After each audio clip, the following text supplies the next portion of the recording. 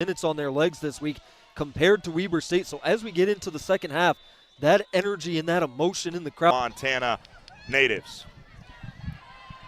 Early takeaway, shot goes over and beyond. Finley Meyerhofer, Lily Bloom, and the back line left to right, Cadence Packer, Bella Sackett, Emery Jacobs, Oakley Anderson in front of Lauren Batorik. Cross here is a little bit dangerous. Schlosser didn't get good enough to the end of that one. Same starting 11 for the Weber State sister here. Both made the decision to come to Ogden, and man, it's been a good one. They've been impact players in their first year. Kirby gets rid of the defender. Cross for Montana, right, just to keep it down in that attacking third for a few minutes, a little span of possession here. Dida uncorks one just beyond. A dive from the freshman keeper, Lauren Batorik. And you think of the injuries that the Idaho, that she came out and not even saves, but made big moments. But certainly the back passing, the playing out of the back, that'll be key for the Grizz. Yeah, and she's so aggressive and so athletic, does a great job. With the advertisement, especially using yesterday's football game as well. This one down the sideline. Bentler, can she get to it? On the ground, Batorik just before an oncoming Grizzly. Butorik's able to get to it. Yep, big. Kirby deals with Rokos, gets by her, slices into the box. This is out. First corner of the contest will come for the. This one up. Dvorak stumbles on the journey out to get it. Weber State pops it up in the air once, twice, still free in the box, still free. It's been solid, and that's the biggest thing for a goalkeeper, right? No mistakes, do what you need to do, and just be solid and be steady back there. Good deflection for Montana. This one's going to go all the way to Dvorak. I think they wanted the foul instead of the throw. Get it a little bit more here. That's also an advantage of playing in front of fans. They'll certainly try and be an assistant referee. The man in the middle. I like that, Scott. Couple instances of contact that he's let go without a foul, and then a clear foul there that he lets go without a yellow. Confusion on the back line. A shot by Bendler over the bar. Yeah, Tasha Anderson, what a chance for Montana. Batorik couldn't come out to get it. Defenders a little bit confused. Anderson's first to the ball slipped a little bit, I think, as she was over Anderson. It, slipped down, and gets under the ball, puts it over the bar. Bam. Nice drop off. Opportunity here for Weber. Still no shot. Still no shot. A deflection out, and a crucial one. Heard some young fans screaming Montana, and then a group of young fans blows the duck horn, and they've been cracking themselves up with them on the sideline here. Good grab by Batorik there. Nobody's stepping up here. The shot eventually comes, or maybe a pass near the goalkeeper, and Dvorak grabs it eventually. Has enough time when it was at the feet there of Knowles. Bentler looking for options. One-on-one as Weber reinforcements come to Dida. Dida stops, pops, shoots, and it is off the crossbar. Rebound goes to the Grizzlies. Opportunity not finished. Now it might be. And Dida once again threatening with it. Ever recording the official attendance numbers puts a +1 for that guy catching a glimpse. Cross over the top of everything. In half number one, so far in a battle of the top offense versus the top defense, it has been defense to win the day, 0-0. We'll take a quick break, come back and have a talk with Chris. Big Sky Conference teams do have an NCAA tournament win in their history. In 2000, went to Pullman, beat Washington State on a snowy day in the Palouse, 1-0. So the Grizz looking to good start for the Grizz. A 3-on-2 here for Weber State on a possible counter. The shot coming to Dvorak to handle. Well, first shot for the Montana Grizzlies from their first half starting lineup. Kaylee Curry, you just saw her on the ball there. Had some good touches in the first half. They'll have a lot of fans putting her off. This is some back-passing sketchiness that'll lead to Brizendine getting it, looking for Bentler, and that's a high boot. As the ball does hit the back of the net right after it. Oh, what was a pretty incredible shot, but it was, you don't want the false start goal where half the crowd thinks it was in. Everybody knew pretty much it was dead by then. This ball sent towards Dvorak. Maybe space going to make it really difficult for the Weber State goalie to come out and claim this. It'll outswing from the Georgia transfer. Header to it. First one, not enough. It comes out, tries to settle it, not enough. Second chance, Rokos goes high and wide. A lot of goals. Makes sense. She was first team All-State as a senior and led the 6A in goal scoring. Ball up top. Bentler the closest to it. Confusion. Where's the ball? It's not anywhere yet. A foul called, or excuse me, a handball. On Montana. I think Bentler fell down to hands and knees, and it did hit her hand. I'm guessing that's what was called there. That's right, and what a... Towards a run. Knowles with space in front of her, and Dvorak to cover it. End-to-end stuff here, right, Scott? If Lily Bloom... Yeah, Sandow now, right footer taking the in-swinger. Does have Robertson short if she wants. One assist for her on the year. It's in there. The header to it. It's side netting. And that reaction from the Grizz fans dwarfed even the one when they... Get it with it. Passing it off. It's a nice cut inside by Rokos, who fires an audacious attempt, but it might have every game been a huge fixture for this Weber State team. This one's on for Bentler. Bentler doesn't have a good enough touch on the first one, and Weber State. We're seeing the clock stop on substitutions as this shot is taken, and on the top of the net it goes. And the reverse of the Maddie Ditta header into the side netting from a few minutes ago, again, ends up on the roof of the net. Dead. They're going to opt to go back to Parkhurst to take it. The redshirt senior fires it in. Nothing's there. The initial shot blocked. Still nothing. She takes a touch too far. Drops it off the other way. Going to have an open cross from the right flank. Sent into the box. A bicycle attempt. No, the shot high. And just off the mark, the Grizzlies were that close to taking a 1-0 lead with 1 minute to go in the Big Scotch. Kick to the cross part, and now Dvorak covers it. Ladies and gentlemen, it is extra time and golden goal once again. This is why you play to win the regular season, to have the tournament at home for these 20 minutes in front of your home crowd. Has to play like an upperclassman despite just being a sophomore at center back, just to help out her veteran keeper. Yeah, you saw it right there, anticipating reading that pass. Bentler looking in, and it's knocked away, and now down, possibly with a head injury, and that's why that whistle went so quick. Quickly popping back. Or no. Multiple options here for the Grizzlies on this set piece with a Big Sky title on the line. It goes over the head of everybody. Brizendine just too much. Tried to Thorne Thompson once again. Gets it out. Maybe some space in front of Widmore. The cross on the ground. Sent out. Still dangerous. The shot heading towards goal, and it's on the top of the net. Well, what a finish that would have been from Riley Carolyn, the center back. She was up for the original set piece. Well, I thought she was going to send it far, but she... And at about 3 feet. And this one, once again, finds her, and luckily for her, she can collect it with her hands that time. First real back. I think she's going to try to throw this one into the box. A long throw specialist here. She'll try it. Flicked on, Butoric up to get it. Got some more soccer. Can't complain. And neither can 20 title. 10 minutes, next goal wins. If we don't have one, it's time for a shootout, but not yet. Coach ability that they've had from Kyle Christensen, it has been very clear. The opportunity now coming. Kirby, the shot, Dvorak handles it, but everything dangerous off the foot of the senior first-teamer. Their feet, and such good athletes, and they could play really anywhere on the field, but they got that crazy in them to play goalkeeper. No doubt. And Ashlyn Dvorak's background right.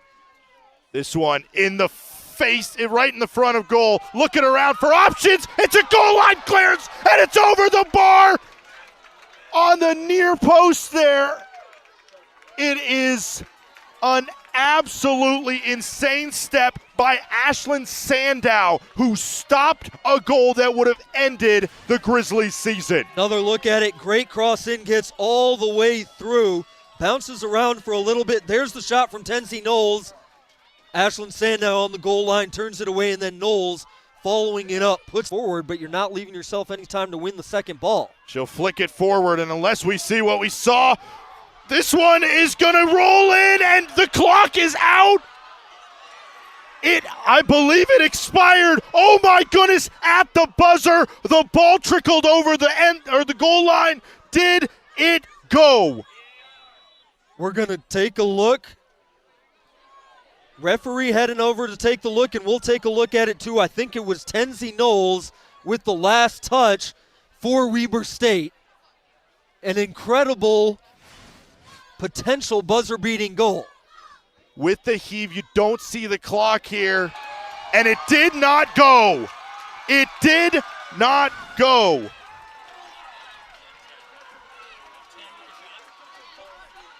Knowles at the buzzer, and somehow she scored a goal in open play, the winner against Northern Arizona on Friday. She steps up to the spot with Ashlyn Dvorak pumping up the crowd. Fifth-year senior, honorable mention All-State. 4 goals this season in the regular season. Had the one that sent them to the championship game on a beautiful touch against Northern Arizona. Now she opens up the penalty kick shootout. Best of 5. Whoever makes the most wins. The shot saved! Dvorak stands on her head again! And the opener is missed by Weber State. Such a huge save by Ashlyn Dvorak to start the shootout.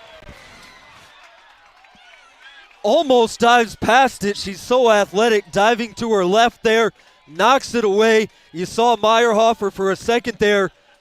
Think about the rebound and then remember, oh yeah, that's the only chance I get at it. And what are we seeing here? It's Dvorak to step to the line and take the opening penalty. A keeper usually goes 11th, and she leads it off.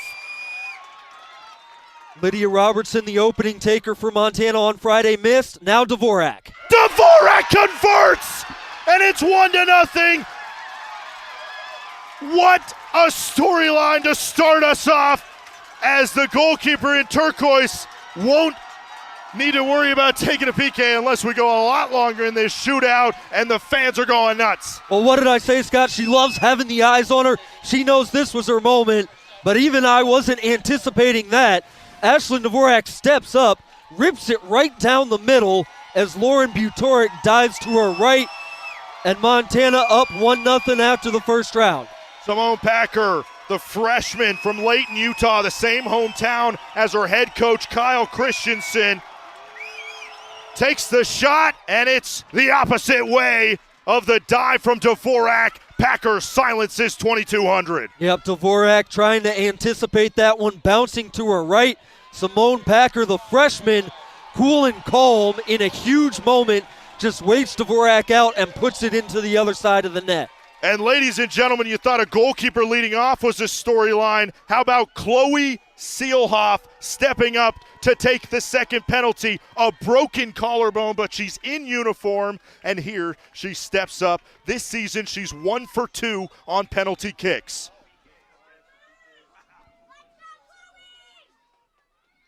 And she converts! With one arm practically in a sling, she flushes it home. What a moment for Chloe Seelhoff. She's been magnificent this year. 7 goals, 6 assists, all Big Sky first teamer in the regular season despite breaking that collarbone with multiple games left in the season against Idaho State. She can't move that left arm. She steps up, stutter steps, sends Butoric the wrong way. What are we going to see next, Scott? If you were wondering, you don't need a collarbone to kick a ball, I guess. Chloe Seelhoff just proved it. Unbelievable. Now stepping up, it's Grace Kirby, the senior from Ogden, Utah. And she hammers it to the left corner. Again, just Dvorak bouncing a little bit early to her left that time, giving Kirby a little bit of a tell which way she wanted to go, but that's a good penalty from Kirby, nearly into the roof of the net there. And now it's Kaylee Kerr. We're seeing completely different names that we saw of the 4 penalty kick takers on Friday on a very interesting strategy from head coach Chris Chudovitsky and his coaching staff. And remember, they made 3 of those penalties too, so it's not like you needed to make a replacement, but now the redshirt sophomore Kerr.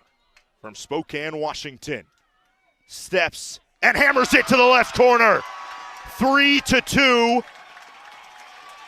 The Grizzlies lead the PK shootout after the 3rd round. Well, you can't tell that she's never taken a penalty before, that she didn't take one on Friday. Just absolutely steps up, picks out that bottom corner. Butoric has no chance, and now the pressure really starts to build on these Weber takers against Ashlyn Dvorak. Harley Thomas, the sophomore from Huntington Beach, California, one of 4 siblings. She steps up, and with no goals on the season, Thomas needs pretty much to make this. Looks to take with the right foot against Dvorak. The run-up. Dvorak saves! Dvorak down to get it! And the Grizz are 1 kick away from a Big Sky tournament title! And Ashlyn Dvorak holds up the one finger to represent it as she steps away from the line. 2 saves and a conversion in the penalty shootout for the Big Sky goalkeeper of the year. And now the freshman Mason Slater with the chance to win it for Montana. Mason Slater, who was coached by her dad growing up and found a way onto this University of Montana squad. Her dad, a collegiate player, then professionally, and now the freshman who was promised on a recruiting trip when she committed sight unseen to be a Grizzly. She was promised that she was going to be able to deliver in moments like this, and in her first year, she stands back a kick away from the NCAA tournament. Under the save, it's a goal! The Montana Grizzlies are Big Sky tournament champions! They're going dancing! Absolute seeds from Missoula! And Mason Slater runs over the freshman, first over to celebrate with this capacity. Record crowd that is now spilling onto the field at South Campus Stadium a year after losing in penalties as the #1 seed. The Grizz take 2 penalty shootouts to make it back to the NCAA tournament for the first time since 2021. 3 straight regular season titles, 2 straight heartbreaks in the Big Sky tournament, including last year in a similar format versus Sacramento State, who was a Cinderella. But this year, the plan established by Jay Landum, he pitched it to Chris Chudovitsky. He said, we're going to win penalty shootouts when it comes to be tournament time, and executed to an absolute T.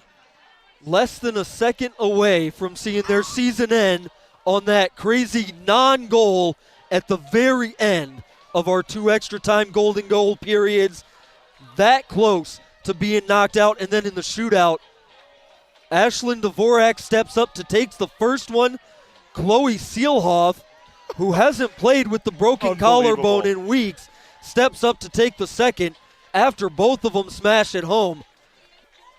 You had to imagine that the Grizz were going to win this one. What a story. I'm trying to find Seelhoff down there as you take a look at Slater, who guessed the right way to Butoric, but the hands instantly find her face, as unfortunately she was not able to make a save.